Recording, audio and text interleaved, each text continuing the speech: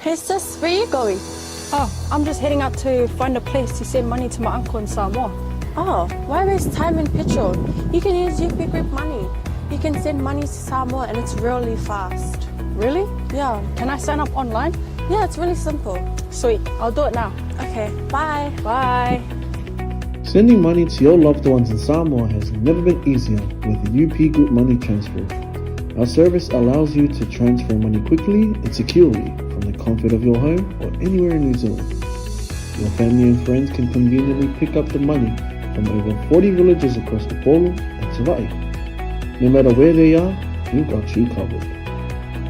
Our user-friendly online platform makes sending money a breeze. Just visit www.upgroupmoney.com. Sign up and start sending money in minutes.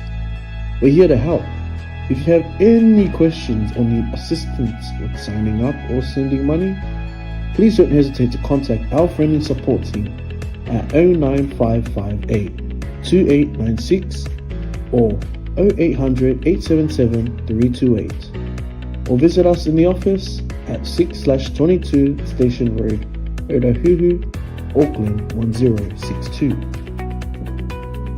Experience the ease and reliability of UP Group Money Transfer today. Your family and friends in Samoa are just a few clicks away from receiving your support. Visit www.upgroupmoney.com now to get started.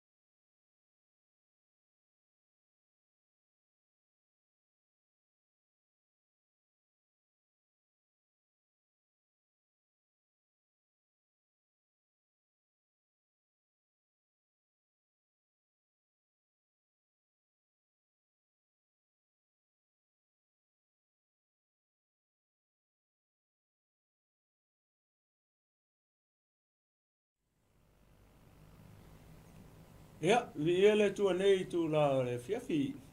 Ia o le tātou Paul Kalame masani nei. Ia o le MANAI o le MANAVA o ngā luenga. Ele ia mataina ala le tātou Paul Kalame ma le tātou whaso e nei fia. Ia, se i o tātou a matamua i se talo. Ia, i o vaile tua lo mātou te mā. Mātou ti toi tā pā lau soani nei tu la le fiafi. Wa o se ngā luenga e whai e fua le nei ngā luenga ma le nei whaso. Ia pe au noa malau fio, te mā i o mātatalo, no nganga pa ia fio maia, oia nganga pa ia le fiafi nei te whetalai. Whapenao na e mori o i aio whinangalo maloto, o lau nu mau tangata e mese o lau e kāle sia pa ia nei fiafi. Te mā o mātatalo i le whaunga, ia whapenao na e whau i mā ua, o au mea whai ngā ruenga le fiafi nei. Ia o le whaunga lea e nā tia i mā ua i la loi whurtafu e o lau sa tauro. Le ngata i lea o le whaunga lea ngausia ia mo uma. Ia e solo ai fo i leo. O lo whialu alu e solo e pei o se leona. Ia i nei e fiafi. Le ia lo mātou tua tau lava ina ia whaunga mai o mā ngutu o mā leo whaunga i o i fo i o mā lau lau whaiva.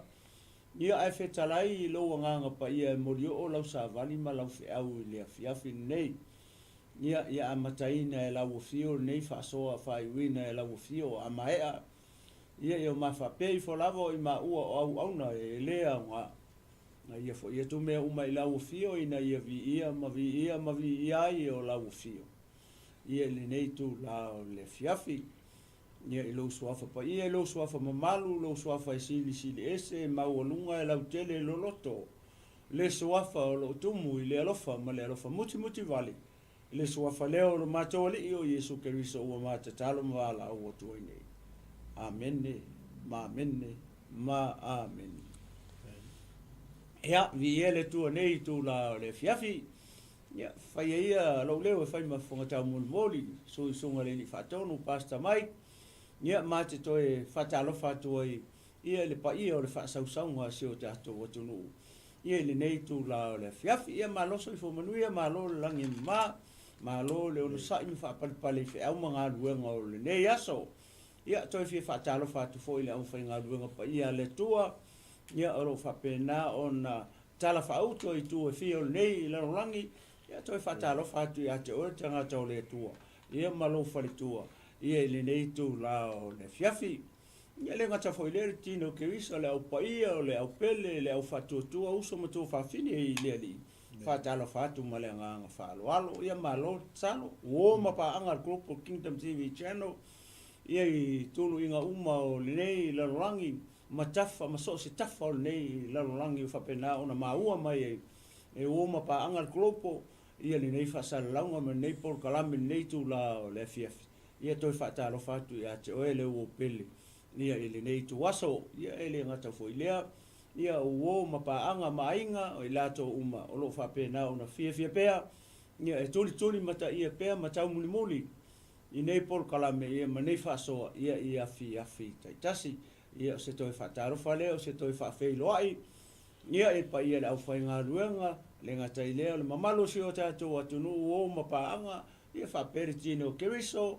ia ile nei tu la o le fiafi ia ele i amataina la le tato fasoa ia mafaitau foi tusi nei fiafi ia el manatu male teltonua ia o le ua o le taimi ua manava i tele o ngā luenga ia na o se fautuanga na o se whamanatu ale Global Kingdom TV channel ia i taimi whape nei taimi o le pokalame nei o le manai o manava o ngā luenga na ona fa tatia atu na ona fa ta oto atu yo au tafa nei fiafi a o ia nga ia tu i mauta malawa nei fiafi ina ua mai a fo ia nga luenga ma fe au nei aso ia tautua na ma oe lo saunga le mu ia i lungo le ala ia nga ta fo le inisi o le mamalu si o tato o tunu ia ua nga ia tu fo i tu tonu o fai nga luenga nisi o fai ngā luenga fiafi o nisi foi fai ngā luenga po ia e momoli atu lava foi le nei fautuanga ia i o tafa ia ua fe au mga luenga o nei aso ele ngata i leo lunga le ala e le manatu ma le tento nunga o le temi pisi nei o le awala le maangava o ngā luenga le tu ua o ngā tamaiti ia me se foi nisi ua ngā i atu fe au mga luenga o le fiafi ia tautua nā ma oe fai le mulo sa au e te nau e te vape i le fai ngā luenga ia e avea ma awala ia e a fai nai lo sa ia ma o i se whawhitauli ia ma se whaalawelawe ia te oe e le lei lo tuai ngā luenga a la e te tuai ma le saonga le mu a le anga lo mana o e te vape mai whaatope i lungo le ala ia e tu la i mai e ni pewhea ia mani whaalawelawe ia te oe i lungo le ala ia a le fautuanga fata oto fata tia tu yo tafa nei tu la o le aso tautu anama o lo saunga le mu lungo le ala a fai o e maliu atu e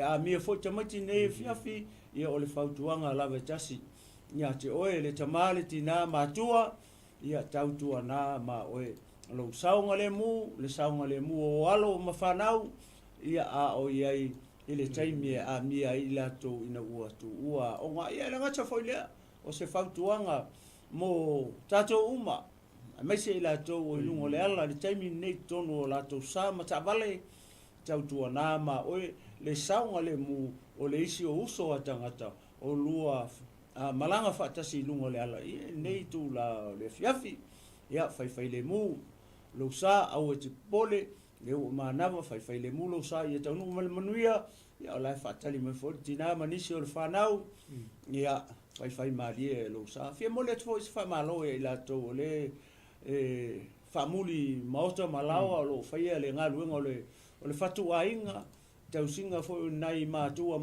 o iei e manisi foi o le ainga, ia whamalo le whai o le whaiva, whamalo le tautua matavela, whamalo le tausi matua, mo le atuele anga ngā whaktaitele ia te oe, ia o manuia na. E te whai ala ve oe ia, me sili e mai manu maloa ia, e ala le lau tautua, i tautua ina lea, ia o tua, ia e mesi o nei o tātou mātua, ia nei tū lau lea so, ia ma aso whaiso, ia se toi whamanatu lea, toi whatatia tu i o taftafa, ia nei tū lau lea so, temi nei tū atu minute le sunga ia pasta mai, sunga le li whatonu, ia pe fia whai atu fo sana whaftaipo, sana saunoanga pupu, ia nei tū lau lea so maleanga whaaloalo pasta, ia le tua. Pa talo fatu tatu ainga le vaenga le fiafi. Pa malo atu foi le taua tai malo foi le onu sai tutum fai wal neva yaso. Ia leo tatu wangatu le fai ungol neva yaso. Au tu mau pea le lofa muti vale o le tua mu tatu. Malava ia fa malulu atu foi le tatu pokalame le tai au. Ono nisi foi o fuanga le malfia ia le sa le fai ona lo ia le tua sungal taina ia fa ftai le li maua pele avanoa ele mafai ona malo lo le upo le tua e tatau lava longo le tala le lei ia wala fa fonga malau sila mai moi le tai au ma le taimi ma le papia foi la fiafi mo le tu fa malo ia I wompa nga umala wal tato onanga ia o lo whaamno ino la tau taimi e share ia malangolango le fo ala li ko mengi ia e langona fo ile oli langona le fia o le loto I la autou langolango sua I whapena lava whanau o le tua ia e tātou te ngā lue whatas ia wal tātou ngā luenga o tātou ngā lue ai ia paule o stala le tinu mana ia le fia o le matua MANAI o le fia basta MANAI o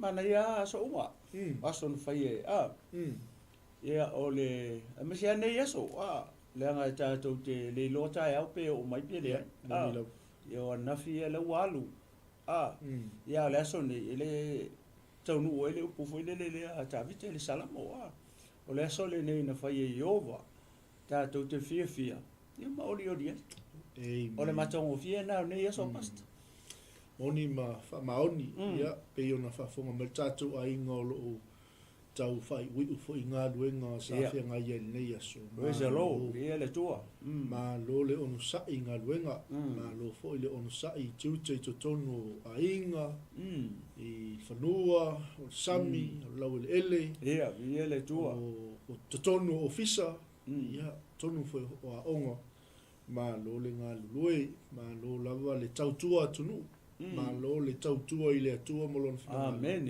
ia le tua o lava le taimi tātou te whaaso ai ma tātou mawhanwhanai ia wao le soifuanga le tātou te iei ia o tātou umalawa o whanau o le atua ia le tua e mana o mia I neil soasani e mana o mia I nal soasani e tufa atu e tufa mai ia wase ai mo le malo o le atua ia le tua pas moni mwha maoni lau saunuanga ai pe foi o le melena e siningi e foi le MANAI o le aso MANAI ala so le anga o le aso na fai e Iova tātou te fia ma oli ai o afe o le aso nei o le aso al nei na fai e Iova tātou te fia ma oli ai o ai leise si na te lope tātou toi au dia tai au pele ai Hallelujah ia o ngafi e ia lau walu o ngafi e le toi foi mai ia le aso lava nei taimi nei taimi nei e le e tau no foi o posi o tātou atunu I whea mga luenga nei aso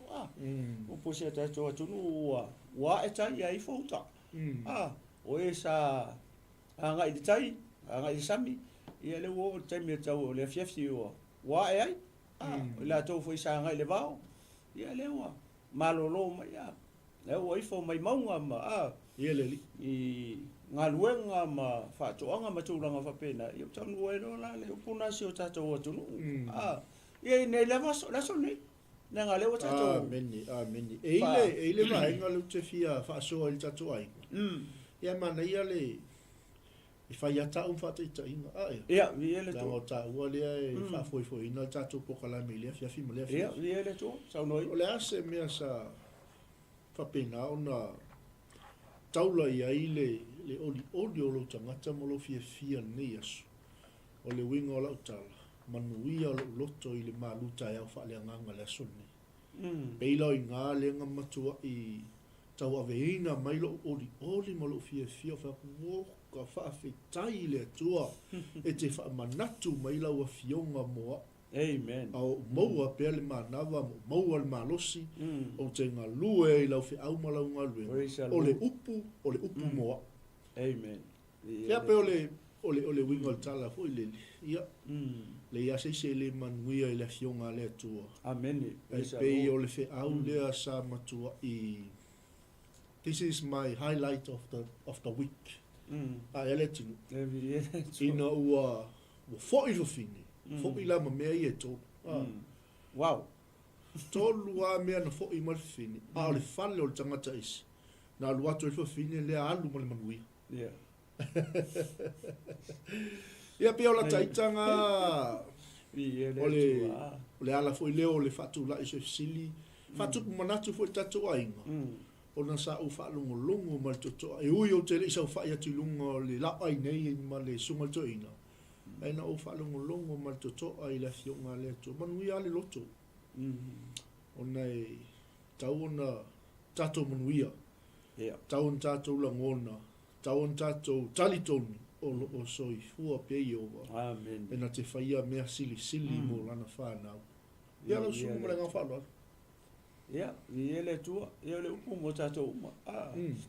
La e whamanatu mai e mo tatou uma. Ele whape o se upu na o se tangata e tōtas. O le upu e whaia, foi le whawhanga i tatou whatotua. Le upu mo tatou. Wa e le whape foi le ua wholofola atu whape o ise ato toa ia uia. O leanga, o le whamanuia mai le tua. Pe o le upu le kaunga. Fina ngalo leo le tua kaunga mori le upu le. Ia le upu mo tatou uma. Amen. Ia e lea ia se perfect. E tala le fiong pa ia le tua. E lea ia se amio tonu e lea ia se ato toa. Amen. O tatou uma o tangata e le ato toa. Pato le mele mga umia e luto soifua ia ma so ma ua fo iolo. Ia fit pe o tatou anganga ia so uma. Awane i motu sia le ta umaftanga fale nganga. Hallelujah. Afa le e ai fa kolu le kingo se tulu. Ya, o le fisini e fa fe la nganga. Le ai fa kolu kingo. Ya le afa le nganga ta ai le se kama fkanga le nganga le. Le fe le palengi le foi le tino le tanga tamalonanga. So e kama ma palengi nei tu fa le tino ma le tu fa le nganga ka un palengi wangi ke le tu fa le tino ia le kiki wa o lo langa le kiki le tu fa le nganga ia vai lo la le tu le tino le fa fanga pe me ai fa le tino ia o ka ko vai lo fa pe nga pas hallelujah wa tau le ofi me fa to ia malo ia se fa manatu na mota to malama ia tatou ma le manuia ia ma mei e tonu na alu ma le fine anga sala o tatou ma anga sala e resi se ato toa. Hallelujah, amen. Anga sala tangata uma o le vinga o le tua pen fai mai ro mai tonu no fai pe lusu mai tonu. Amen. Tatou uma wa anga sala ele ia se ato toa ele se ami o tonu. O tatou tangata anga sala ia malo so fo manuia e manatu o le tatou anga ilo tatou mata upu nei fiafi Amen. O le tatou mata upu o le maua mai le tusi le o Eperu. O lona mata upu e se fulu. Fai upu mua la lela ma fai tau atua. E whangata mai le fo upu e fulu lua. Ia e fai se taime te fia fai tau fo ima su e atili. Ona e tango le o i fai tau uma. Ia fai upu i e tuto i le tusi lea. Amen. Ana o le se fulu lua nai foi upu ia ua ma au mai foi lile. Ia e fai atu se ma fasoa. Ia se fasoa mo tatou uma nei fiafi. O le Eperu se fulu foi upu mua whangata lai foi pasifulu ma le lua lona whaitauina ia o le chapter le tolu se fulu ma le iwa ona verses ia le ala matu ua le sifulu fitu e te alu e te study ei ia au le ama whaaso atu ma ua ia i foi upu le sifulu lua nei fiafi ma le ngā whaalolo en manatu ma le taitonunga o lo i se whamalosi se whamanatu ia ma se whamalosi au ia to tonu o verses ia mo tātou uma ina ia o tātou malama atini ia le upo le tua ia whapela le whaitauina awa o le tūla fono o iei le ata o mea le lei atali ai le o le matua tusa o ia mea e le mawhai lava i ia taulanga o loo avatu so o lava i lea tausanga ma lea tausanga o na wha ato atoa ina ai o e wha lata i ai ana mawhai po ua tu ua ia taulanga awa ana uma o na wha mama ina o e na au ai po ua le toi loa nga sala i le loto fua tia ifo a o ia taulanga na wha manatu wa ia nga sala i lea tausanga ma lea tausanga awa ele mawhai o na ave se ina o nga sala i le toto povi poa maoti o le mele o fetalai mai ai o ia ilona maliu mai le lalolangi o manufasia ato mataulanga mu e le fina ngalo i ai a ua saunia e oele tino mo au o taulanga mu mataulanga mo nga sala ua e le fia i ai o na o fai ane lea tua e sila mai ia o te alu atu e faia lou fina ngalo ua tusia au i le tusi ta ai ua mua na fetalai mai o manufasia o taulanga foi ma taulanga mu ma taulanga mo nga sala ua e le fina ngalo iai ma e le fia iai o meia ua fai e tusa ma le tūla fono o na toi fetalai mai le tua e sila mai ia o te alu atu e faia lo fina ngalo ua ave e se ina ai e ia le mea na mua ina ia whaatu mawina o lona lua o le fina ngalo le ua wha ia ina ai i tātou i le taulanga i le tino Yesu Keriso na fai whaatasi ua tutu fai taulanga uma ua auna i le aso ma le aso o loo avatu so o ia lava taulanga e le mawhaia lava o na ave ese ina ai o angasala peita iane o ia na avatua e ia le taulanga e tasi mo angasala o na nofo lea o ia i le tūta matau o le tua e faa vavau Hallelujah. Samoa le au keusiano ma le au fatuatua leua e faa longo i ai ni foi upu ia se fulu ma le lua lea na o faitau atua nei le fiafi ni e ele manatu o loo iai se fe au o loo iai se fa manatu o loo iai ia ni a oa onga ta ua o loo te tonu o verses ia mo oele te mai moa mai ma ua le o le ma fa soa ina atu le upu le atua i le fiafi nei Amen. e tali tonu o le upu ma le tala le ma te faiso o atua i le tele o fiafi tae au ma tele o taimi ma te fa soa atua i ma te tali tonu ua loa ua tele ona e fa longo i le tala le mai le o se taimi mua le ua e fa longo i le tala le i le Eperu le se fulu i le fiafi nei o te tali tonu ma tali tonu ua tele taimi ua e fa longo i a ele manatu o lo i le fe au mo tātou i to tonu o le tala lea e to e fa manatu mai a te oele kerisiano ma ua mai tātou uma o le au whaatua le tino keriso le au pele ma le au pa ia i le afiafi nei ua o i le taimi e whaape na ona to e wha manatu mai e le upu o le atua i taimi uma ina ia tupu tele lo tātou whaatua ia tātou nau a whai o le tātou te nau i mea ai o le tino e whawhanga i le tino o le whesili e whaape i lo tātou nau i mea ai whaaleanganga o a mea ai whaaleanganga o le upua le tua o lona winga e tau ona palengi lo soifua i le tino, ma lo soifua whaaleanga ngā tātou uma. Ai le o le tele o le tātou nau i mea ai o le tino nei, ai lai kikiro kako wa ai, i mea ai whawhanga ai le tātou wanganga. O le tangata moni, le te tonu, a o le tino le tangata le whafo, e le orkanga ka mongenga. Ai a ola maloloina le tangata i tonu, le tangata whaaleanganga. O le awhape nā foi, o na ola maloloina foi le tino. Kai a whapea o le a whawhanga na o le tino, ai le whawhanga le anganga, o le anganga, e whamanatu mai e le anganga le tino. Whapea mai le anganga i le tino uso, tua whawhine tamā, aua ke ai ngā o se kulou. Aua ke ai mea sumalie, aua ke ai masima, aua ke ai whasipovi masima. E whamanatu mai e le mawhainga whamangaku mai e lo tino. Le ai o le tangata moni e le te tonu. Le na te whamanatu ina mai a te oe maa umai tato uma. Hei, malo, kuulo ai mea sumalie. Awa a telelo ai mea sumalie. E lono winga, e unga mai e ka ua. Ia, o mō tato uma. E peifo i oele te mai moa, mai mata mai le fiafingi. Ai alu aku e vai fo mai, afa mai fo mai, au ke masima, au ke masima. Ai alu atu fa mai fo mai, au ke ai ngao. Ko anga e ai vetes. Ko anga ai kapisi, ai kapisi.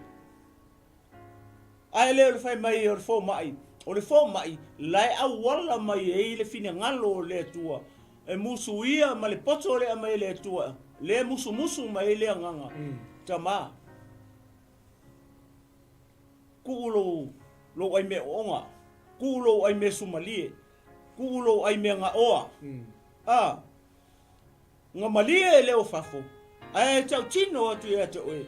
Ua e le whaalongo le mele musu mai tangata monu. Po lo nganga ku mele. O lono winga e le taimi. E ke mai ai, ma o mai ai. Ina ua ta le whaalongo lai le nganga. Nea la o le a se o ma whaaso atu I foi upu ia se fululu ele manatu mantai tonua.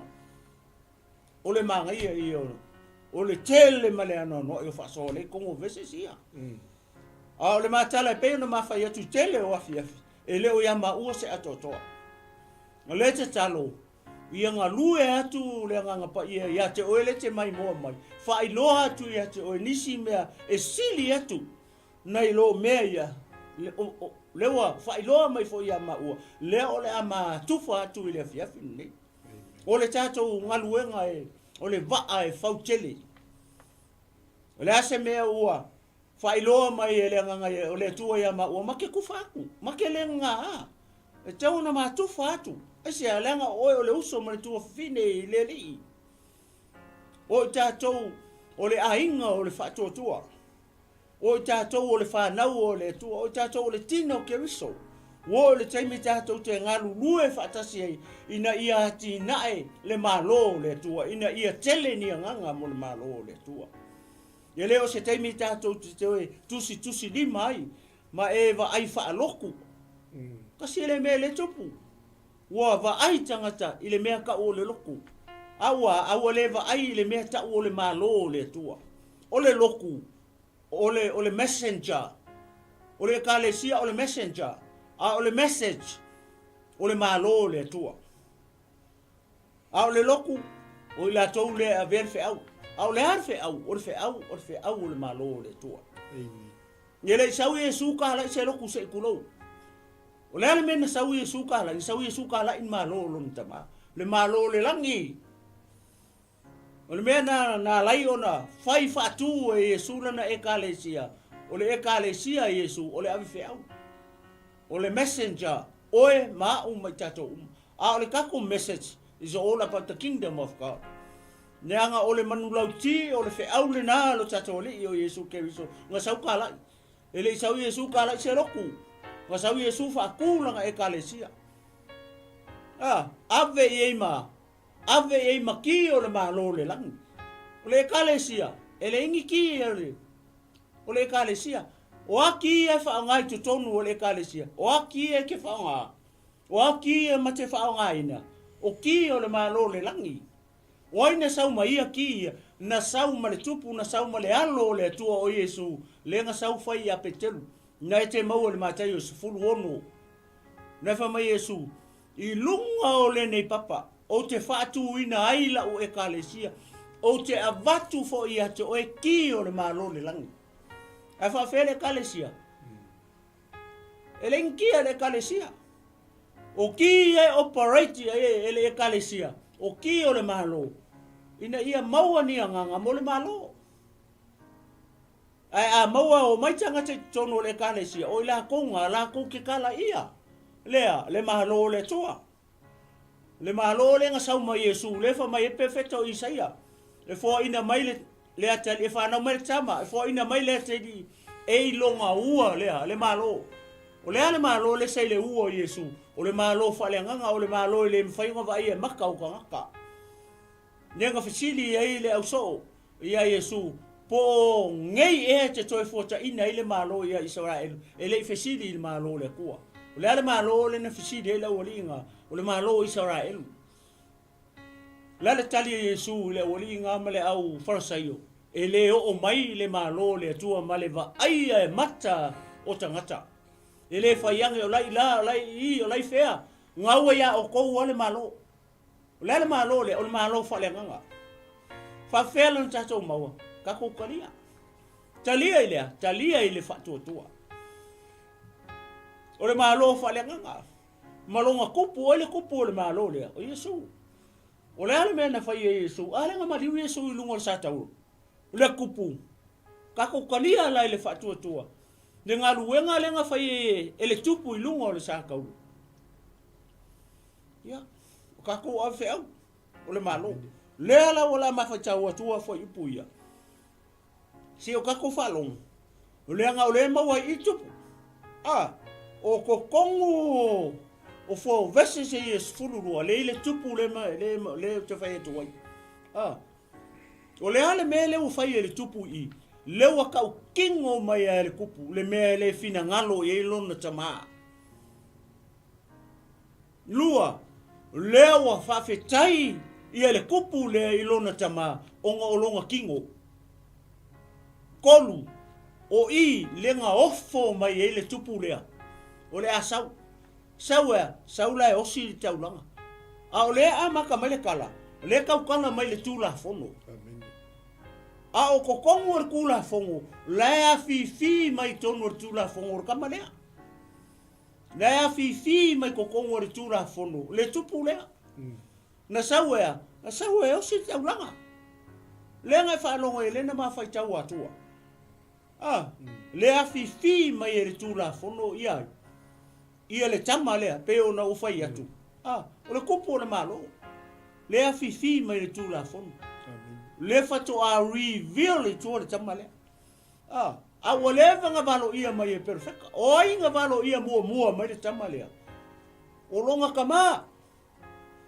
Olo na tama o le atua nga mua nga ke maur kenese es fulu kenese tolu foi po sulima ia oinga ia promising nga mai le tama le nga promise mai e lo na tama ka mai amen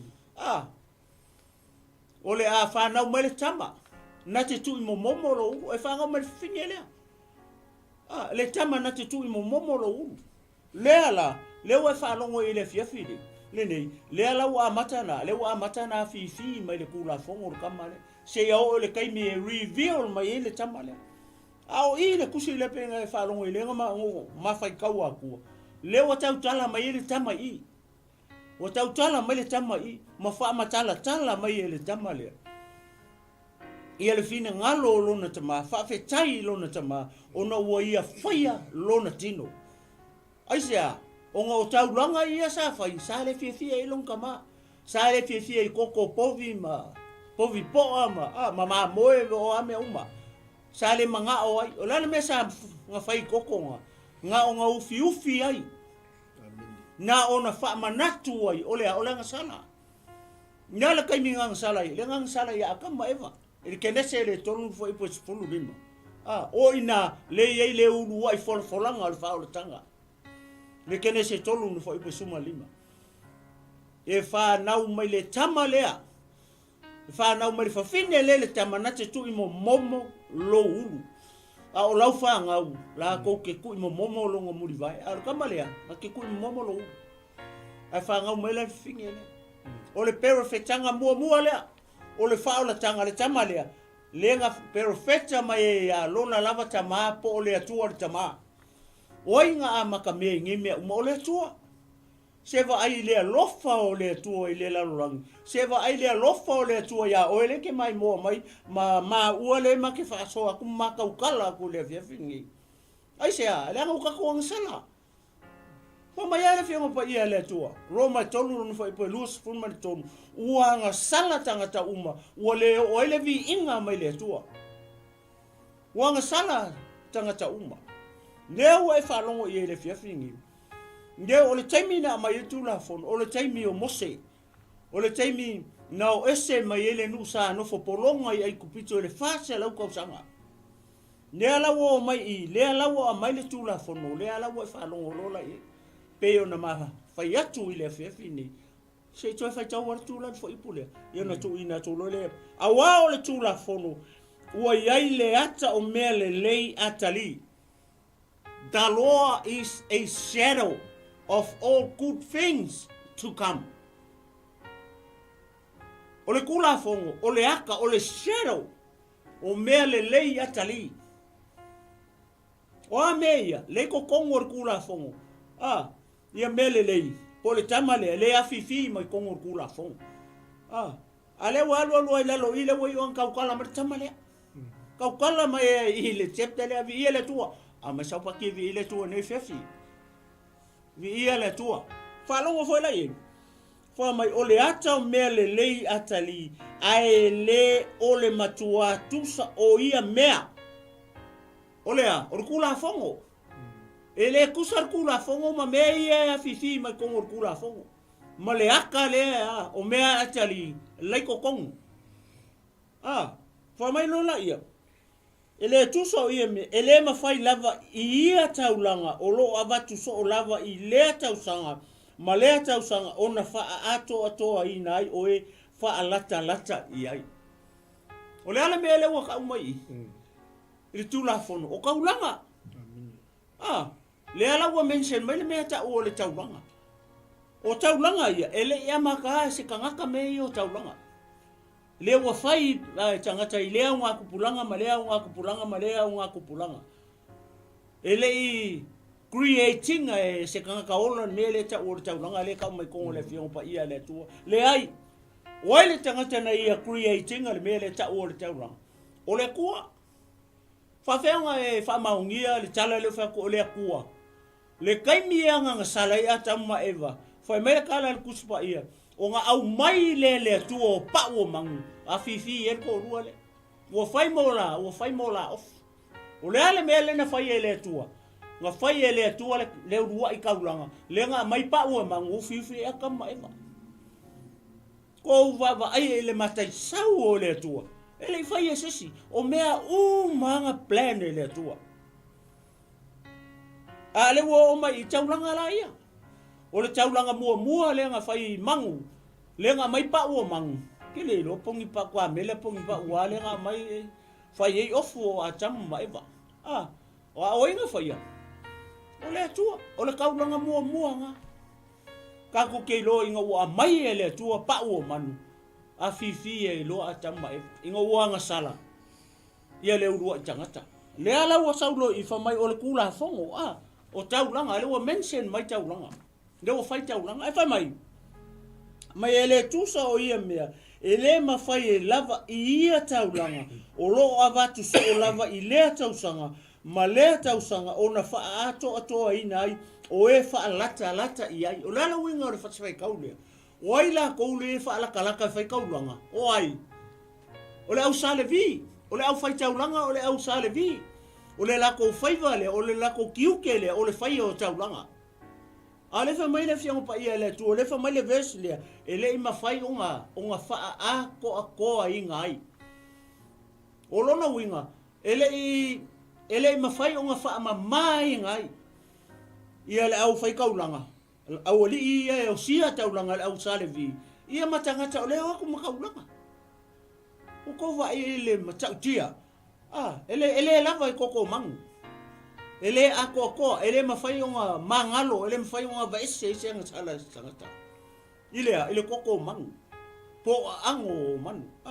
Lela o fai mai fa mai o me fai so e vaku so ile kausanga o le kausanga ona fa ato aina ai o e fa lata ia na kau kala au salevi la ko ie fai a kaulanga I le kausanga le kain male masing aso e fai e salevi mele o kaulanga o la ko la ie sitting ala kalaka ia ale fa mai ele a koko le ai masese perfect I koko mangu ma koko povi ma koko wa mangu uma ma moe mo oti bo ame mangu ia le osi le taulang fa mai lola ia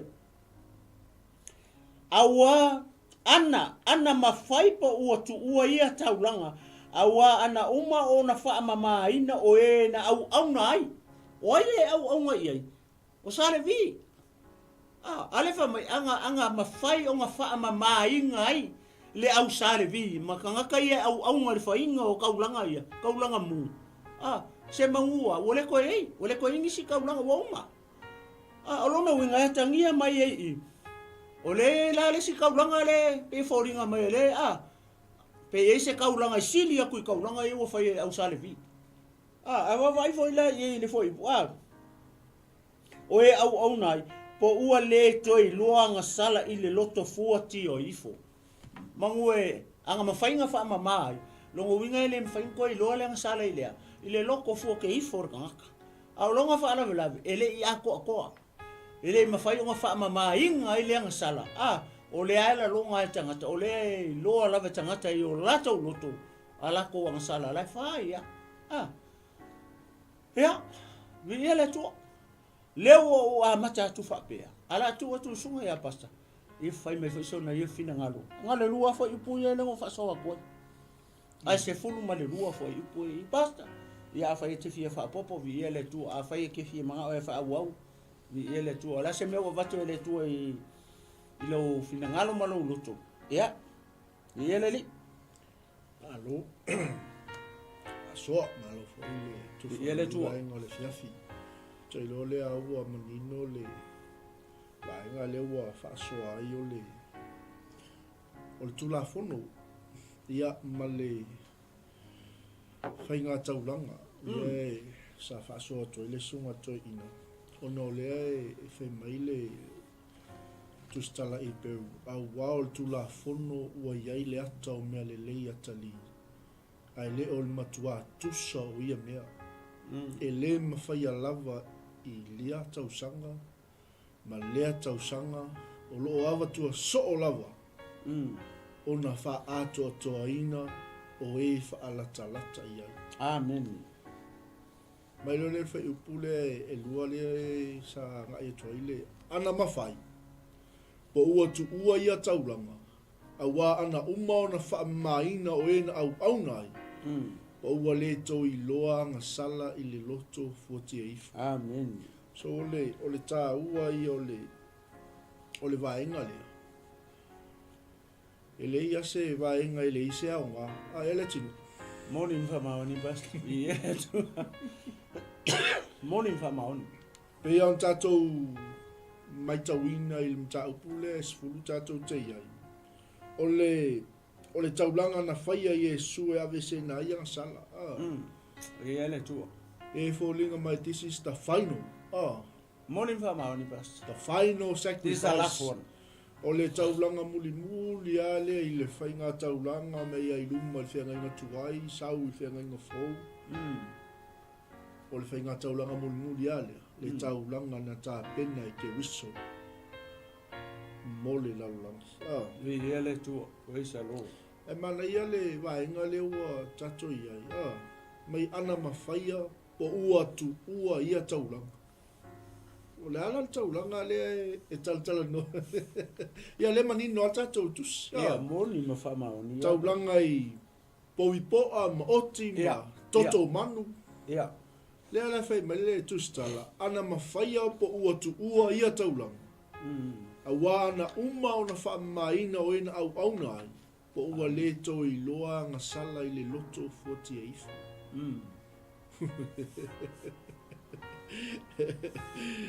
O lea refer le whai upule. Il whai upule I lunga le whaasoa to I le sunga ya le tu. Nanga le whai metala le tustala. A wao tu la fonu. Ua iai le ata o mea le lei atali. Amen. Mea o ngatu la fonu. Ia. E tā ua. E tā ua te le tu la fonu. E tā ua tu la fono pasta. A whai mai la ia. Ae le o le matua tusa o ia mea. E le mawhaia lava I ia taulanga o loa watua so. Longo inga mkwa whi kaulanga no. Ia.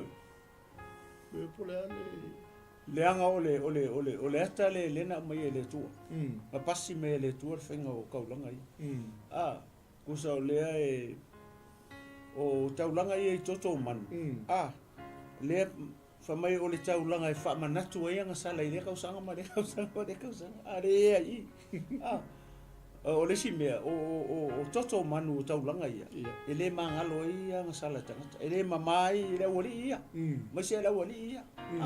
Awa anga whapela e mama, mwhaina wha mama I le wali ma tangata Ia. O longa winga, wale koe ingi, Kasi au malo. Ia, wale koe mga umia sisi taulanga. Ia. O le mangai anga, o le mele I pe, o se mystery le, le afisi mai I tonu o taulanga I. Ia, o le halo au le tua pe, ngai saunga, mangai a ke, vi e le tua. Ia. Ia le whai mai le whai upu, mai. E le mawhaia lava I ia taulanga o loo awa tua soo. Nongo winga. A whai o le ale I le kālena whai utaia. Inga whai o lo I le... Whai ingo masina whai utaia. A pipa sefa, nisani. Ia. A tara. Inga o lo pakika inga pe o nisani po o... Ia. O kaulanga inga kai whinga kaulanga. Ia. Lea la whai metala tustala, e le mawhaia lava. I ia taulanga lo awa tua soo, I lea tausanga ma lea tausanga, o na wha atoa I na ai. O e wha lata I ai. Ka kala ia leo ako ea. Sei wha mamala to. Ia. E include ai malau o skaulanga. Malau whai taulanga. Ia malau whai taulanga. Moni wha maun. Mai lola I ole o tustala, ana mawhaia. Po ua tu ua ia taulanga. Moni ma wha maun. Mangu anga whape e whailele mwhaina wha ato ai tangata. Ma wha mangalo ina I anga sala tangata. Ma kua ka angare wang sala. E le sau Yesu. E le mai ma whorkeimi e kone pasi se Yesu e sala. Mea konga ngawe ma wanga mare konti. We didn't need Jesus to come. But o iko ke loai. E makau ki al me le tau o le ngasala. Foi lele pe faatala sua le upu le. A le ngasala o se me makau ki. O le ngasala o le o separate dai tato ma le tu. O le langu o le ngasala. E lang mumu. E mumu ula pe o fa me perfecta o Isaia. O tato wanga sala. Ua mumua. Ula. E kai pe a kopi hiki pe. Por le dark red. Se me fa pena. Aleluia. E ele tua. Agale le manino le fionga le tua. Pe mai awana uma na fa maina. Ia. O e na au nai. Po ua le to I loa nga sala I le loto 48. Amen. O ia taulanga na wha manatua ia nga sala I lea tausanga ma lea tausanga. Longo wina. Waki ngā inga ngai au skaulanga whai kaulanga lere. Ngā inga koi mangai povi, mangai oki. Kusa rai whai are ngu whai le malamalama. Ia. Plana lea tua. Le plana. O ngā ore kamala le pe o mele nta tala noa. Le tama lea, le afisi me el kula fong. Le la o ale taimi, le la reveal mai ale. Ia le tama lea. Ia le kamala le sau whai tau langa. Le kaulanga muli ale pe on sango ku ia pasta. Hallelujah. Lenga. Mo kako uma. Ia. Fa mai lo lai tu stala mai a waile ma fai ona ve se ina o nga sala i le toto po vi po ma ot. Eva ai le manino le fionga le tu. O le chalo. O le mele ua feta lai mai ai o ia. I lona mali o mai laulangi. O manu fasia a to ma tau langa ua e le fina ngalo iai. A ua saunia o e le tino moa. Mas la ua sau tau langa o tau langa. Mai se popo. O ai leu kaukala i.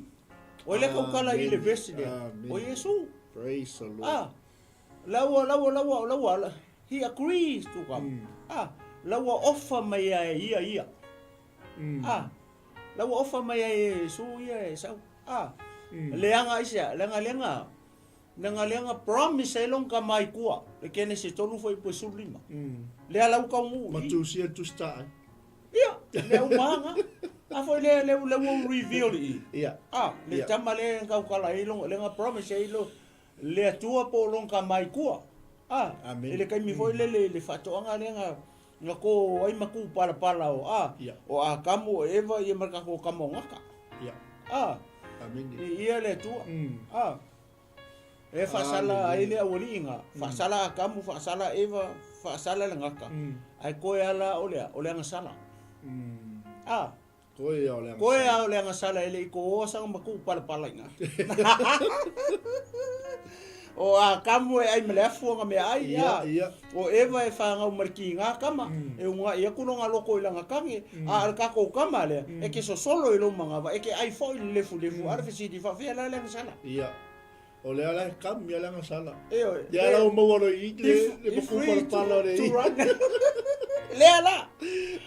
le ala fa na mo le tama i le tama le nga fo la i kua amen e fa nga mo le kama le nga ke ku mo lo ulu o le tama la le wa i ka ulanga i fa i e le manga lo yang sala tanga o i la le fo ka ma wa i le ko le maku pala o le me ka o le nga sala o la le mele na nga o ia tato nga sala nga manga lo ya ka ko sala ile toto ile toto kama le amen vi ele tu ia pasa ko ku pe nga manga i sorry o le mana ia i o le tato fai tau mani le nga le wa umalo i le vaenga tu stala ia vi ele tu a waile ma fai ona ve se ino nga sala i toto po amot amen saulo mal tamale o fai tau langa o fai tau langa o le o tau langa sili mai o le mele o feta lai mai ai o ia ilona maliu mai le laulanga amen o manu fasia a to matau langa ua ele fina ngalo iai a ua saunia e o ele tino moa o taulanga mu matau langa moa nga sala ua ele fia iai o na ofa yange lea tu wai sila mai ia o te alu atu e fai alo fina ngalo ua tu si a ui le tusi taan a ila fai le fai non taba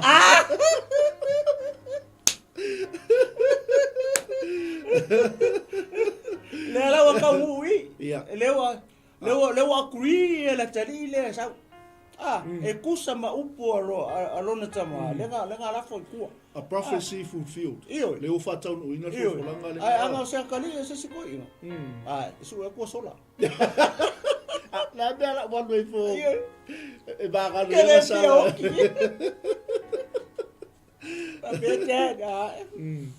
ke o fo ya o ke e fioki amen ko vai upo e fai e sui e upo tau po le fai ko e kuse o fa masino le fa fini o e fata ele o ka o mai le ngor kengi ai nga u nga fai le promise fo ia e fata ile tua a fai ke fo inga mai le ngu le ilo lim o le aso ke fo i mai male mang malo o le mea mua mai fa ka ia ke au mai le fai koko au lo fali o ke avaku nga e o sier ka ulanga ya oi alai lo le leia ele ko inga ele ngar ko kasi alo nga finge e ma fai nga sa fa se lau e ma fai nga sa fa se ngofo e ma fai nga sa fa se moenga e sa fa ka ia i mai nga ia lai lo le leia Ya fole le e fata nga kasi alo nga finge le i fale ale o fai langa kau konga i le tua a fai ke fo inga mai ya mo api lo lima a o fo i mai man malo o le mea e mua mai fa fo lo fale fa ia o mal mang malo o le mea nga o ke vakua e fai matau langa mu ia ke oi Amen. ai saunga ka maro o fo i mai man mang malo nga mua oso mai fa fo lo nga finge ko kasi mai kong la le ka o tamale o le ka i pele ko kasi o le tua ala me le fai le wa he agree to come and fulfill upu ia le nga ka ka le long ka mai ko ke ne se tolu foi po sulima ala sa ko va ile kengele inga u oso mai ka ngo ka malo ka sa hei o nga ofu wa kang fa mai har ken kiki ia e fai ia te le me wo e ka ko le ko ai vai ia e fai ia te a fai o kau ko le tu fai a o maria ke nge le fai me o kau ko i long ka mai le tu o le me fa mai e va ko le kau lang u ku sa le male le a finge e fata ko kasi ko ia le tali e to tasi o le tu i ko le kala le ma fa makala ko ma ngai o mi fa ngau e fa pe te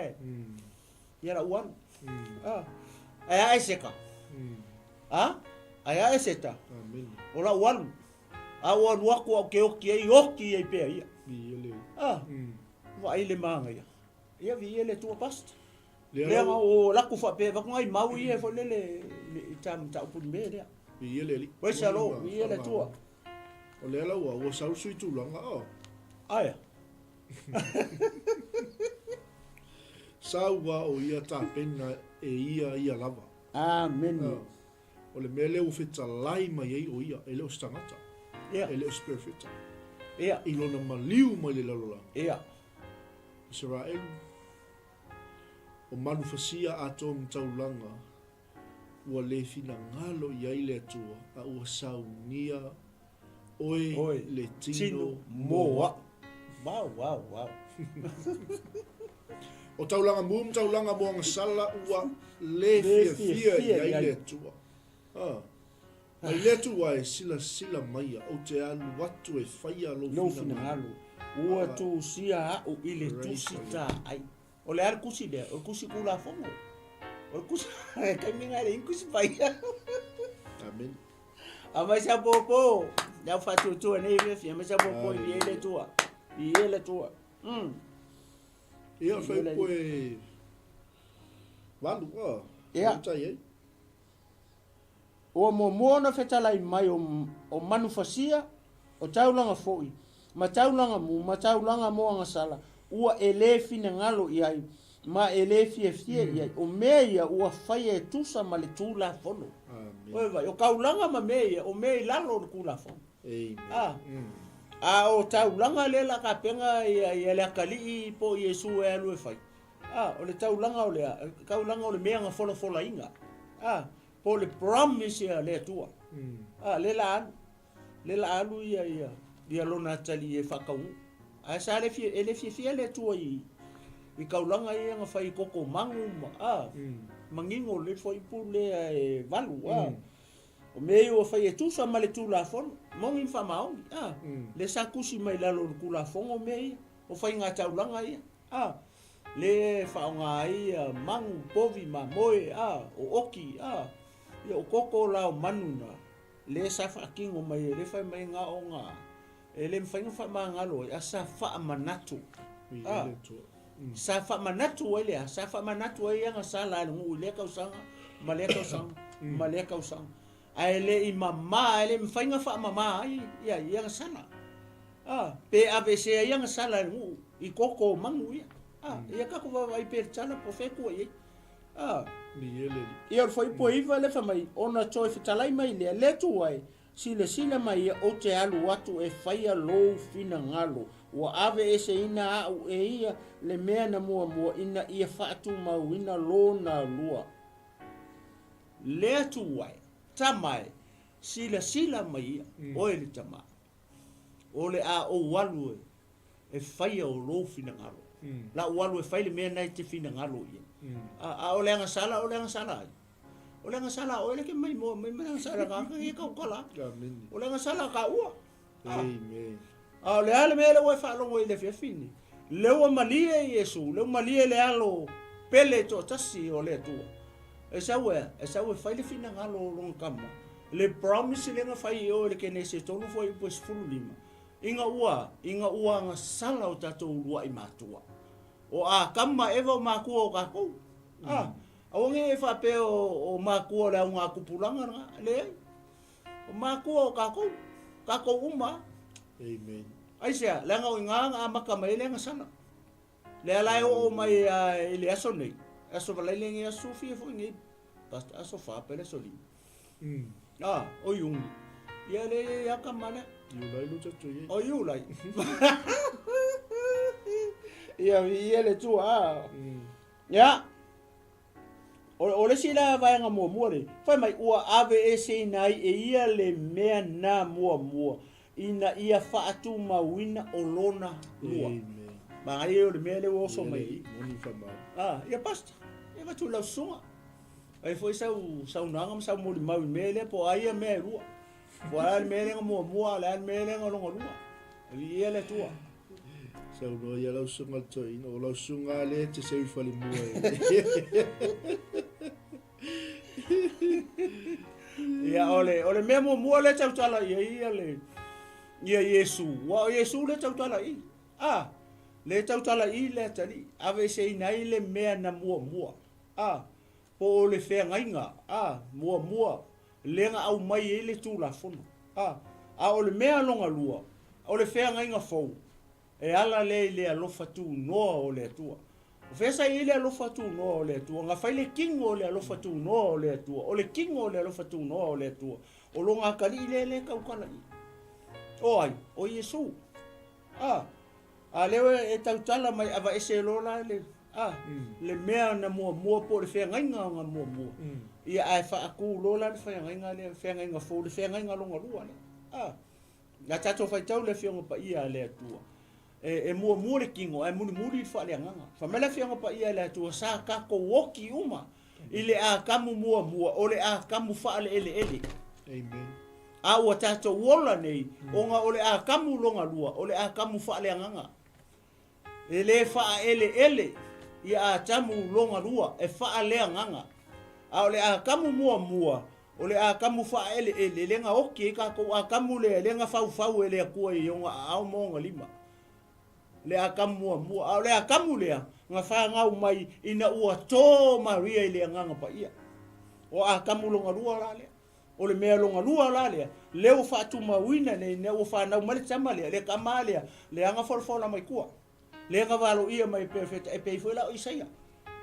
Le ala wo o mai ile taimi le wa fa mangingo mai ele tustala o le au Eperu. Le ala wo fa longo le wo tala mai ala tamai. Ina ia le mea na mua ia fa tu mawina le lona lua. E va in mangingo. Ia basta. Vese fulua. Mana ia telele wa inga lea, i tele ata wha lea nganga. Ia, vi ele tua. Olo momoli mai mo tātou ili wa inga lea. Vi ele tua. Lea la wa wha lea ngā i le fia ngainga mua. Ia. Le o wha lea ngā i lea, li ngā luenga lea ua staulanga. Ia. Ia ma ngā luenga linu. Mataulanga. Wa wala tau tali tonu wa ia. I lea tausang. Ma lea tausang. Ia. Aua wala au atu o ia I lona tama le oalu atu e whai lau whina ngai. Amen. Ave se ina ai le mea na mua mea la le. Amen. Whaso atu le sunga ia le tuku lefi. Ina ia whatu mawina o lona lua. Lea la, mea len sau Yesu. Talaswa na. Ia talaswa. Ta whaino. And the perfect one. O le taulanga ato toa. Yeah. The perfect one. O le taulanga sili. Mai lo le o le tustale pe o le fina ngalo le o whapa ia ina ai tātou I taulanga I le tino Yesu Keriso na whaifatas. Wow. Wow. Praise the Lord. E leo se fina ngalo stangata. E leo ni manatu mani langona o tangata poni filfilinga ani tangata. Ai sea, langa tatou fua iai le ngana le o saule atamu fa le ngana le Praise the Lord. Hallelujah. Fai esta Glory. tauna. Ia. E pe alu wingo tala ole esele o le fionga le. Di ele tua. Na sa ili le tua i le langi ma le langi ma lalo i fo langi. E le ai se tangata e mawhainga ia sauea, e whai le taulanga le. Amen. E le isi tangata ato o toa. Whai wholoa ia le atua i lona atanu, i lona alo, pele e toa tas. Sauea. O le fina ngalo tu tasi o le atua. Amen. Di ele tua. Fe mea o le fina ngalo lea ua whaapa ia ina ai tātou. I le taulanga i le tino o Yesu Keriso. E whaakasi pasta. Esa. E le i... E kasi. E kasi ya. Ale mai na whai whaatas. E ele tua. E ono le fina ngalo le atu. Vi ia Whaapa ele ia ina tua. ai tātou. Taulanga lari. The last one. Taulanga muli in tā pena Yesu. Ia. Mo i tātou. Na whai whaatas. Ele i koe ia iara sis taulanga i luma po tua mai. Aia. Ele se mea. Ele ai mo se metas. O le si me mali e me le pasta ko le o la vetala ko e sa u. Le taulanga le. Le mali o le taulanga le peka ko va vai foi le fiongo pa ia le tu. Ma si le fia e le tua e kupu mele. Ma happen le mele. Ni le anga sala o tangata. Ai le fa va inga la langi. Se va ai la i ka ke lo le mata utia ma le sili ese o le tatu tu. Ngai si le fia le me o tangata. Amen. E pa u e anga sala le tangata. Amen. Ai le fai la langi anga ka pe ele fa pe la nga kupu le mele. Ai nga ke i le tu anga wanga sala le tangata. Pe nga ke i vo le tu le. Nga kupu ala wa o man ka pe le tu. Ia i lo nga ka le kamale. O i ka ku ke loa ele matai sau ole tua. Ele mawhai o ngā o i e se poko ma se ilo se tangata ola i lalo langi. E ke loa le tusi na upunga whapea Isaia. Isaia e fast full. Le ai ma se ngā ke loa ngā mai kau le mawhauwhau o le tua. Ma le matai sau o le tua. O ke le iloa. Le ai se ka ngā kaula ngā mwhaingonga whaikaua le mawhauwhau o le tua. E vai le maka ukia. Kai pēla le taulanga leo ke whai akua i ele, ke i le atua le mele. Te o le mele ma te whaasoa atua. Nga si le fia ele atua. Nga si le fia ele atua le i whawai la langi. So whai kaua kua le maule. Le i le tusi le a Eperu. Eperu mua. Ia, Eperu mua. O lona mataupu mua. O le whaipula le a e sfulu iwa ma le luas fulu. Le whapere whaitawina. O le toto tā ua o Keriso, pei o lo le tamai mā moe le pō nā lava, e le ai sona le anga, na sila fia lava e ia na mua, o le i whaavaina le larolangi, ua whaalia mai i nei o na pō, nei e ngata ai, ona o outou. Vai, nga sila fia e le atua anga mua. Ia le mele, o i ka kukeni, tau te sila fia i mau mai loa, le sili ese o le atua, mana fuafuanga, ia mana plan, ale ka mai, o le i whaavaina le larorangi, ua whaalia mai i ona po nei e ngatai, ona o outou. Oe vai le alofa o le atua, le uka koe i pongi, le ala ufa i loa, le ua reveal mai e le atua, le kamale, Pamari whai pasuru o le toto tā ua o Keriso, pei o lo le tamai mā moe e le pō nā lava e le ai fo i sona le anga. O le whakusa Yesu tamai mā moe. O le toto la o Yesu, e pei o le tamai mā moe e le pō nā, la fa kusa ma mo le se ponga le se ila le se mangu ya ele ai fo sona le anga ale la wa saulo ila lo I na sila fia lava e ia na mo a ole fa va ina le la lorang a o fa alia mai lai pong e o ko a le fa mai a ole toto ta ua o keriso Wale to po mo tia. Wala ko po ole toto ta ua ole kau le o ma le toto ta ua le sa mo me le o kerisiano me o fa toto awangi o ka ko ka alo e ki nga le maliu ti nga o keriso I lungo o sa tau ya kau ko nga ma o ko tato uma au le kaimi kau ke kalia le tino ma le toto keriso ele o se me ka alo le anga o ka alo ai tele o tangata a ko va ai ku fe nga tuai nga fili pe ilo pe examine ele a inga la ko ma mo kas ai o mai tua I pa fe tau le tusi mo ko ni to meta o fukas ngaya o mele apostolo Paulo ingu ese ile sa winga le o fa mana tunga fa mai lo le apostolo examine yourself le ma mo it's already examine ele tua Hallelujah. ke le se me la ko examine foi ya Yesu o umana examine long kama ele tua ale fa mai examine yourself so e fo lava o ia te o ko fe nga tua e so ko fulu lua inga wo mai mama o e fa ser ka unanga le fa ko me le tua ya mo se ale fa mai ia ilo la mama ele ai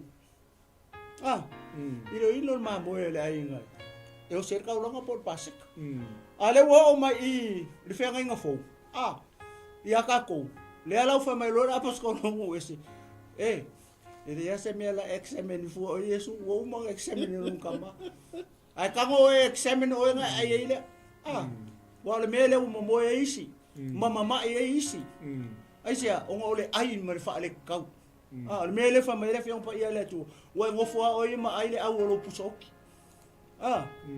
wo ngo fo o ma ai lo fa sala fa ka le mo ko ni te mata o pusfurtas ngaya o le mele apostolo mu ese mele ka ko kele ka alo ile mele le tino o le kamale ma le toto o le tamale le wo vai le wo fo sa fa mai o le o longa kingo Amen. malona toto le ka mai le menga sida fia ele tuanga mua ele ingi mea le fa mai o le toto ta ua o Yesu Keriso e pei o le mamo ele isonga ile le isonga ponga le isonga mangu ia vi ele tu pas mas sa popo vi ele tu examine yourself Awale so e huele si aingal mamo ele si aingal wo umar kai minga le mamo ele le wo kako ayengi kulo o le mamo o umang examine ele tu ale fa mai ai ona fa auta o te mai ma moia le tua le na te ave ese anga sala le laurangi wo umanga examine le tua le ma moia oi o Yesu o ronga kari ne ala wale fai lola I le kamai ma moia le anga o kamai ma moia le songa ile le songa mangumi ngumi ale o lau fa mai lo hey examine yourself oi vai ai kele ai Yesu so I fo o ya ngo ai ile o ke ai mar fa ale ka o le mea va venga pelo maka moni fa ma vi ele tu mas sa popo vi ele tu ne fi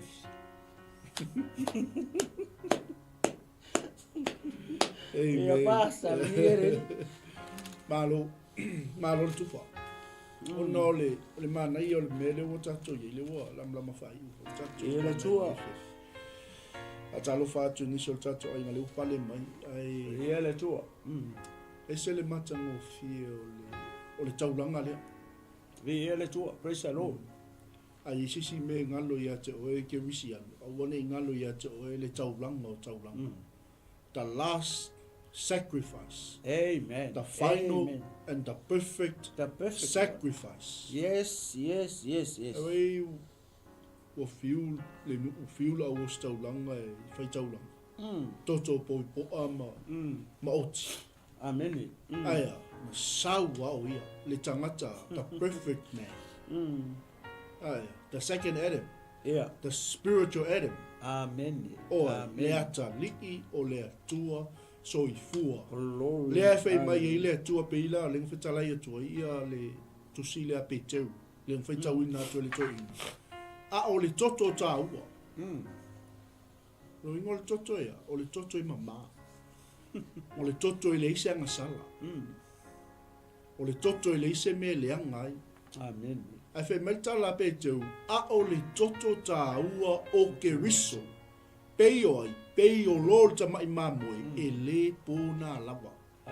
Ai sea, nanga bo umanga examine le tu. Amen. Glory, hallelujah. Whai mai lola i o pe teu, e le ai fo'i sona leanga.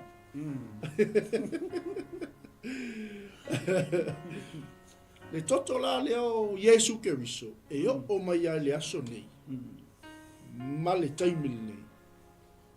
O loo tu mau, lona tāua, lona lelei, lona pōnā, ma lona malo si anga, wha ma mahina ai tātou.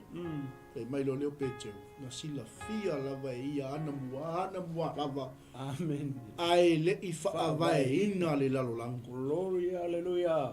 Praise the Lord. Ai le wha ia tāua. Ai le i ai tāua i whina ngalo le atua na tā pena e le atua le toto. Na tā pena e le atua le taulanga. Le me peteu. Na sila fia lava ia. Ana mua lava. A o le i wha vai ina le lalo lango. A ua wha lia mai ona pō nei. E ngatai ono o tou o e whaatua tua i le tua talu o ia na ia toi whaatu mai a te ia na ie woti mana a watu le mamalu ia te ia ina ia iai le tua lo o tou whaatua tua malo o tou wha moe moe. Glory, hallelujah. Praise the Lord. Ewa ile ile alofa o le tua e le mawai. Amen. Le alofa o le tua e tau muli muli. O lona anga le lei, o lona alofa. Sa wale tu e tau whaina i awan i whano i tātou. Amen. Amen. Sa wa o ia ina i a tātou maua lea. Ina ia le whano se tas. Ia mau uma le ola e wha wapas. O loro whina ngalo na. Wow. Wow. E se le mana nei o le fionga le atua. Le toto na tā pena. Ana mua e li whawainga laulang. E whi mea a ua whaalia mai ona pō nei e ngatai. Ona o tātou. O ewa whaatua tua i le tua talu. Le toto tangata lea. Talu ke riso. Na ia toi whaatu mai a te ia na iewoti. Mana a watu le mamalu ia te ia. Ina ia iai i le tua lo o tō whaatua tua ma lo o tō wha moi moi. Glory, hallelujah. Praise the Lord. O le taulanga. Hallelujah. Pa ia o le taulanga. Mamalu. Ia pe ia na tufo i le sunga to ina ma whaaso atu le lau ni nea fiafi. Examine ourselves. E tātou te li talia langa o le toto. Tau. O le toto e le pūnā. O le toto e le iso na le anga. Le toto e pa ia. Ia le wingo le tala. Ia, e se uma ia manato tangata. Amen. Ma le viu a tangata i le toto o tātou li o Yesu Keriso e o mai lava i thea. Le whi mei pe te ua, a ua whaalia mai ona pōni. O lona winga, e le o mawai le manos anga le toto. Toto ai, toto o tangata ma liu mo i tātou. Divine blood of Jesus Christ. Still alive. Amen. O le winga la tala. Examine yourself. E te taun tātou talia. Talia leilea. Talia i whaatua. Ma e tali tonu i loloto. Amen. O le toto le tangata. Na maliu, tanumia. Ma toi whaatu winga mai. I le tunga mau. Ono oi ma. Praise the Lord. Ia le tua. Au ni tātou manatua peso. Telefo i wang sala liwa Yesu. Le anga o le ua le wa tol ma tu pala le di le lenga le ala o sau Yesu Ia le tua. tolon tu pala le di le i sang tu pala me lam tang Ia vi ia le tua. Pastor. so Ia o le te tua. pol just repent and fix our eyes unto Jesus ai te taun tatu tali examine ourselves ia o sa kai kalia so soni le fia fita to Mana ia. ma le ngam fa lo lo fo te ia le tu le wa fa ifo tu e tafa so ni fia pastor. Pea uta langona foi lele o tau lona fa ngata mi. Nei fa yupu ye pe tau o se fulu kasi mesulu pea na fatu pe fa o malanga le ka fa kau. ia Se o tato wa ai lai ina ua mai ele ngā luenga mai ai ale alo le tu. Le ngā ofo i ngā koi o ia i lonta ma. Dad, I'm going. amen La ua rue faile me le. Pe ia o upu le fingo i e fata ia i e fata. Dad, ia fai e tau, le mea ua e tau tō i le tō. Ke alue faile mea langa o umanga e kau kō, o umanga e tau tō i le tō. Ki ngala le alofo i e fata o e kasi asi o ngā fingo. Anga a lau ai, o le māngai o le fai e le tama, o le tau tonga i le atua. Ai fo i aku, kukusa le maloko o longa fingo. amen Ele isa wafa pe fese misa. Alu foi kaunga alu foi fainga ai vai le tala well. Maka ukia le fe kau ile le o le fe so ta i o le loko o le kama. Malonga fingi. Ia, aku ki fai kau fa mai ona tu o tu le ia longa fingi manga oi. Me foi le siva ma anga pongi ma anga woi i maunga i kolu e masinga e pe masinga nga woi ngai e foi lele fia i ma enjoy e ma anga wo ia o foi mai lola i fatau no lo me amen ia e se mane ma ngai ona tala ma tu la o Yesu le o le na maliu i le me fa pe ka ko va ai la i foi lele e la finga i fata ye kele ka la ko ke ti peitinga poleale ko nga ka ulanga nga faile ya mana tu o kula fongo a foi le nga o mai su le ngule mai o mai ka kongi ya fa nga o tanga tai o la ko ku foi le ya ele faia la Israel se me fa pena ka pe o le ka ulanga le o fo ko o le taulanga ola la la winga o taulanga le nga o fo ko nga o fat nga lu elo la i olea o le fingi e fata e au ngai le fale o le tu mai longa o langa ako kai pe me alo mo ko vo le o ana le sa ma Simeone Simeona i tu tonu o le manu ka langa fa penga o fo tu le o la alu au na i le tu au le kau po ia le fingi e fata kaulanga fa penga ai le o se kaulanga foi le pe o le taulanga le na maliu Yesu ele o se taulanga foi le fa ngu o se kongi kongo o nga umu i la ko ku o fonga ele fa penga ia manga ele o tala ia ko fa manga ku mai ta tu ale la o foi pu le stulkas foi me o au ona ile aso male aso o lo avatu so ia lava taulanga le mafai lava ona ave ese inai o anga sala le taula le o le mene fa umai le mafaso o taulanga ia fai so o ele ngu ia so makau ele mafai nga ave ese anga sala amen ya le mangingo ia le fai polonga ile nu e vai le lofa o le tu e polonga longa ngu e fai ia kaulanga ele mafai nga ave ese anga sala nu matangata le fa mai ole nga nga fa manga ku ia la ko nga sana ia mau fiu ia la ko nga sala ele me fainga vai se ia fa ko ama fa ia nga vai se ia nga sala ale ngu ma fa ma la ko nga sala inga o si la le fianga le kaulanga le tamale le wasa ia fa long fa le fo besulu peitai yani Peita iane o ia na avatua e ia le taulanga e tasi mo anga sala. Kasi ya kaulanga. E fa perua.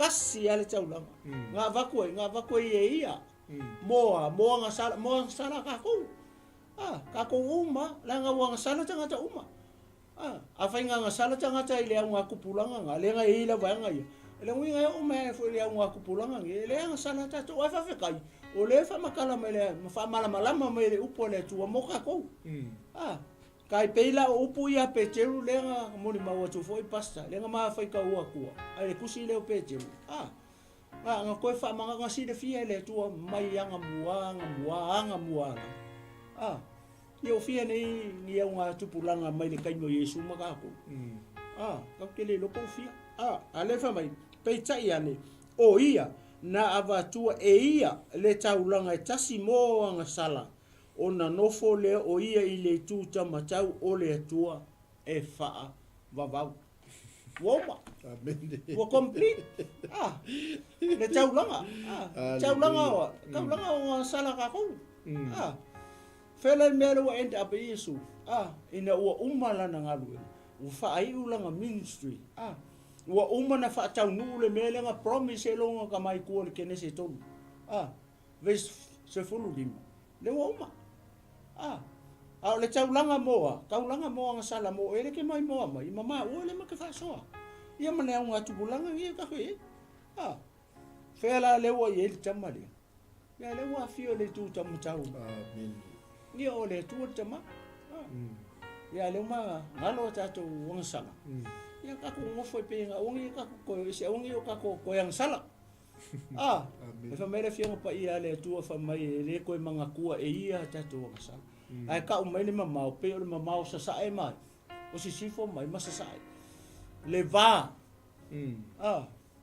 ale fa mai nga ke le ko mana tua tato wang sala ai se ia inga o ka ko sa ia fa manu mai le tua nei fe fa atoa tu le nga ngole tu ia se upu se tala le fai nga ma fa ka le fai nga o iso mai lo ma ma ko anga lele anga pa io le tu fai lo atu nisi me se tele o ngi kala mo o le ke usiano mo o tanga ta fa tu mo o le uso tu fini ile mo o to le tino o ke uso le au pa ia ma le au pele le fe fini fa manu tele le tu basta ia le after tele le fiafi tato ainga I mafutaina o tato MANAI o MANAVA o GALUEGA o le atu foi fa malo ia le taupati me leva yaso suma I fa fiangainga ma fatua o lau fai GALUEGA tofi le li I le auman GALUEGA mai so tala inga ia I la tausa GALUEGA fo leva yaso tainani lea o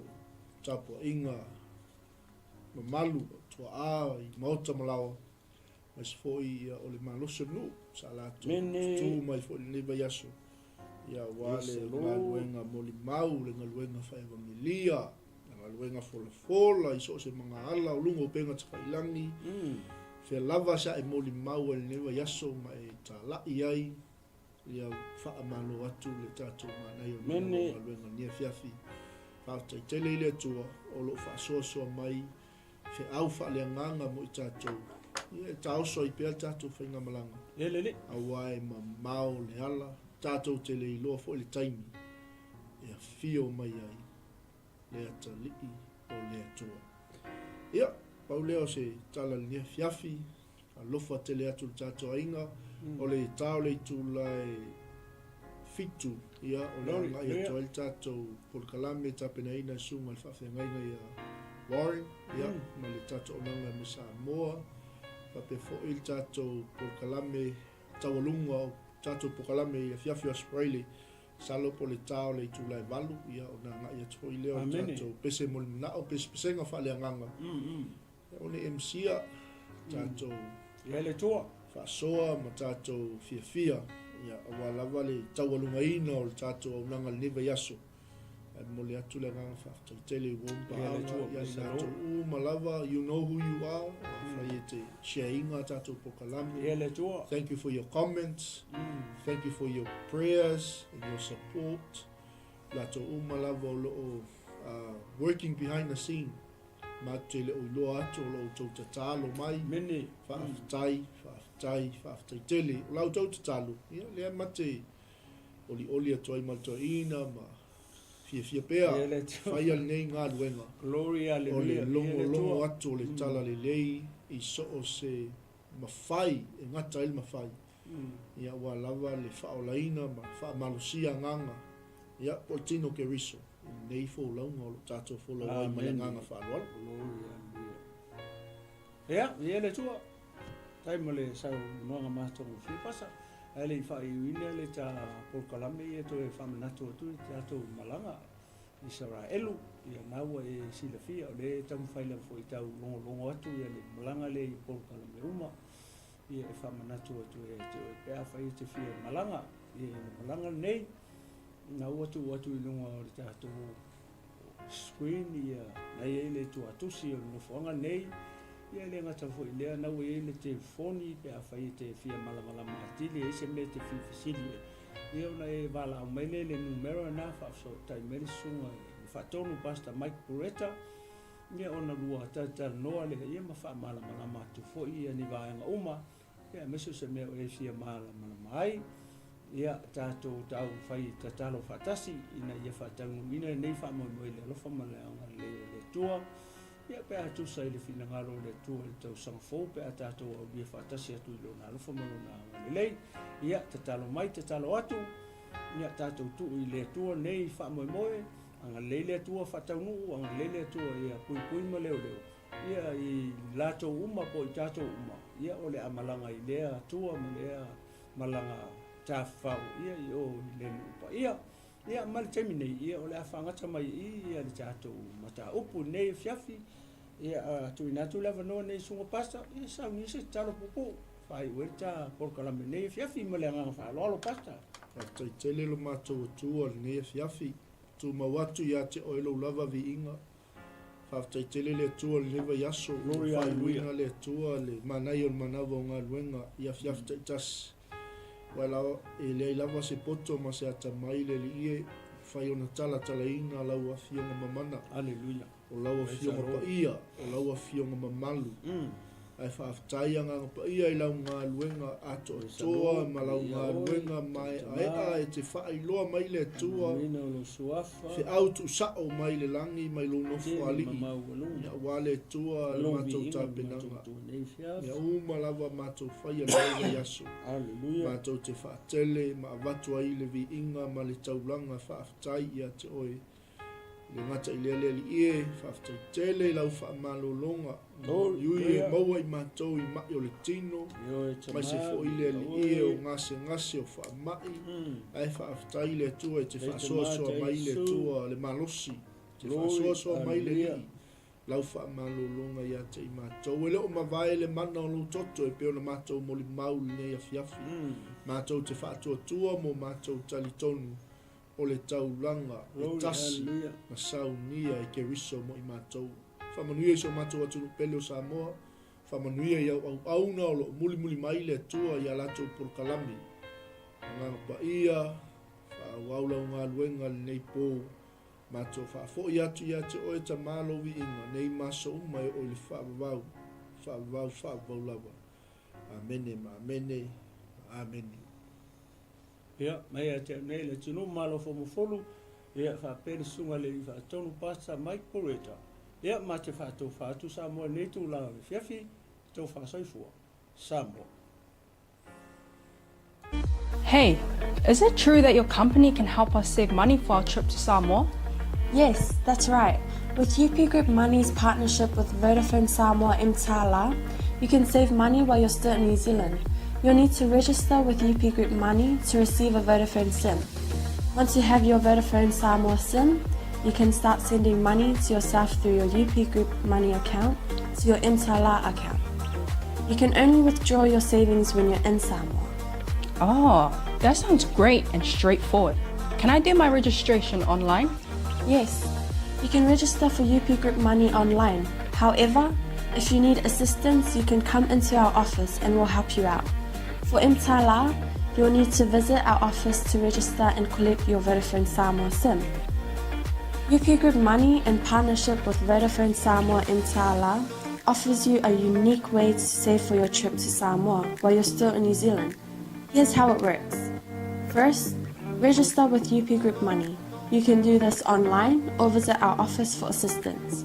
Second, receive your Vodafone Samoa SIM. To complete your 𝚘𝚘𝚢 registration, you'll need to visit our office. And lastly, start saving. Use your UP Group Money account to send money to your 𝚘𝚘𝚢 account. The best part, you can only withdraw your savings once you're in Samoa, ensuring you have funds ready for your trip. Wow, that sounds really convenient. I can't wait to start saving. Exactly. So why wait? Visit our website to register with UP Group Money today or stop by our office for any assistance. Make your trip to Samoa even more enjoyable with our hassle-free savings plan.